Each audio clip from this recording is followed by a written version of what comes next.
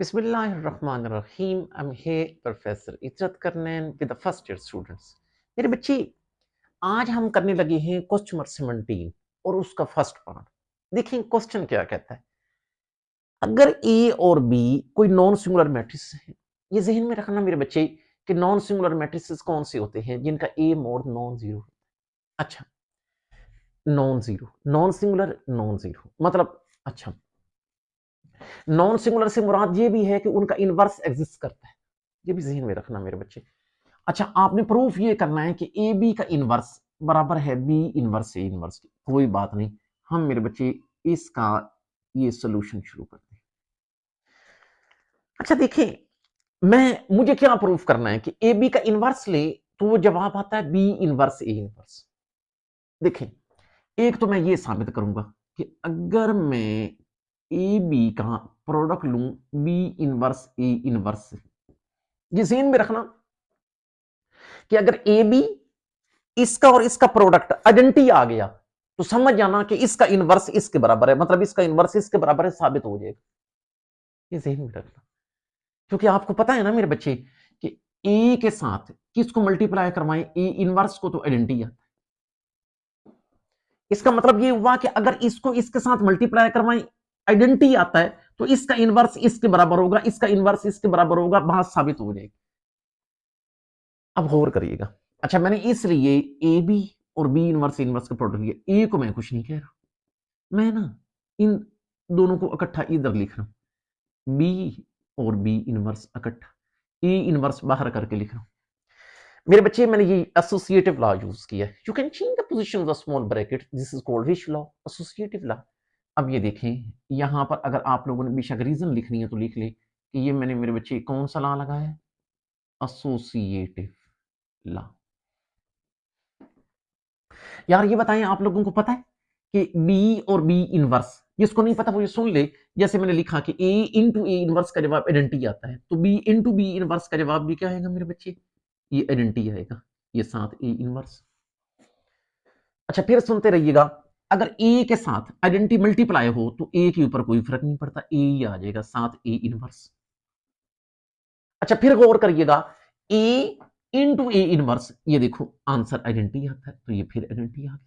इसका मतलब है ए बी और बी इनवर्स ए इनवर्स, इसका प्रोडक्ट आइडेंटिटी है। इसको इक्वेशन नंबर 1 का नाम दे।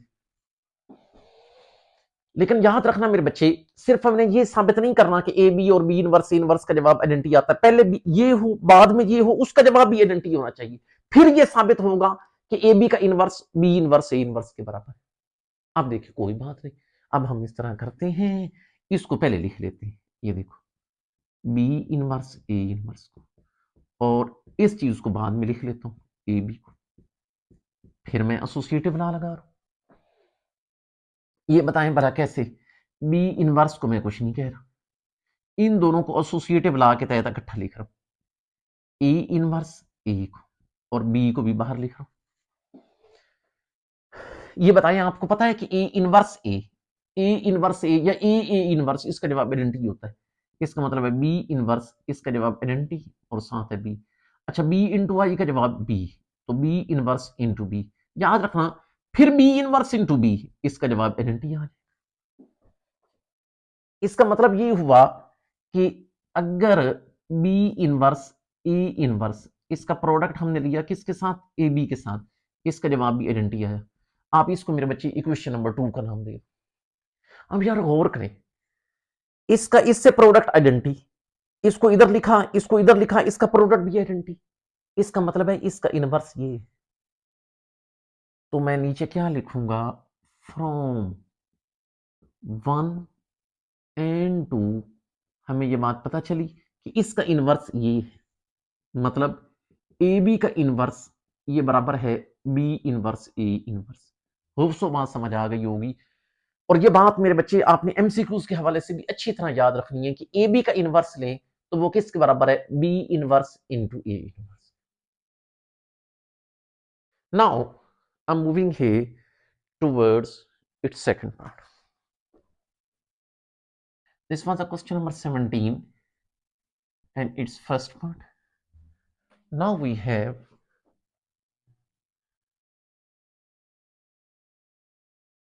Question number 17 and its second part।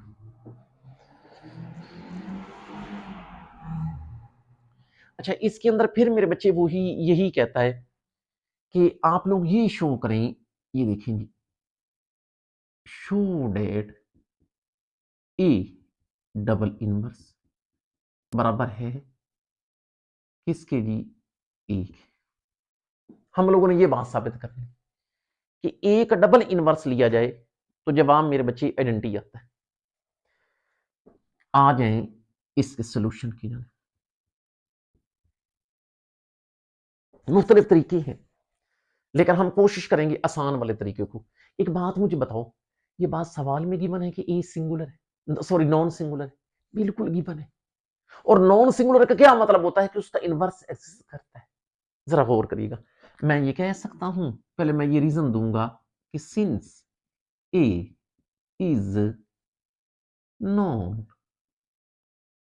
Singular matrix, क्योंकि ये हमें पता कि ए नॉन सिंगुलर है, इसका मतलब है ए और ए इनवर्स, इसका जवाब मेरे बच्चे आइडेंटिटी आता है। मतलब नॉन सिंगुलर का मतलब है उसका इनवर्स एग्जिस्ट करता है, और इनवर्स एग्जिस्ट करने का मतलब है ए इनटू ए इनवर्स का जवाब आइडेंटिटी आता है। अच्छा, अगर ये आइडेंटिटी आता है, इसका मतलब है ए इनवर्स ए, इसका भी जवाब आइडेंटिटी आएगा। अच्छा, मैं इस तरह करता हूं, इसको बेशक नाम देता हूं इक्वेशन 1 का, इसको नाम देता हूं इक्वेशन 2 का, और मैं नीचे कहता हूं फ्रॉम 1 एंड 2। देखो मेरी बात सुने, ए इनवर्स के साथ ए को मल्टीप्लाई किया, जवाब आइडेंटिटी आया। इसका मतलब है ए इनवर्स का इनवर्स ये है। जैसे मैंने पिछले सवाल में नहीं बात की कि एक को दूसरे के साथ जरब दें और आइडेंटिटी आ जाए तो उसका इनवर्स वो दूसरा होता है। तो मैं यहां पे कह सकता हूं कि इसको इसके साथ मल्टीप्लाई किया, आइडेंटिटी आया, इसका मतलब है इसका इनवर्स ये है। देखो सेम इज द केस, इसको इससे मल्टीप्लाई किया, आइडेंटिटी, इसका मतलब इसका इनवर्स ये है, और इसके इनवर्स का मतलब है ए इनवर्स तो पहले ही है, ए इनवर्स का इनवर्स। अब ये देखें, तो मैं नीचे लिख सकता हूं कि ए इनवर्स का इनवर्स, ये जवाब ए है। सिर्फ आप इसको यूं लिख सकते हैं। जस्ट आपने इतना लेना है, ज्यादा टेंशन नहीं लेनी। आपने ये लिखना है कि ये हमें पता है कि नॉन सिंगुलर है, इसका मतलब है A into A inverse identity, A inverse A into A identity. From 1 and 2 हमें ये पता चला कि इसका इनवर्स ये है, मतलब इसका इनवर्स, ए इनवर्स का इनवर्स ए है, तो ये बराबर होगा एक। ये इनवर्स लॉ की डेफिनेशन होती है मेरे बच्चे, इनवर्स लॉ की ये डेफिनेशन होती है। होप सो कि बात आपको समझ आ गई होगी। आज के लिए इतना ही काफी है, फिर मिलेंगे, तब तक के लिए अल्लाह।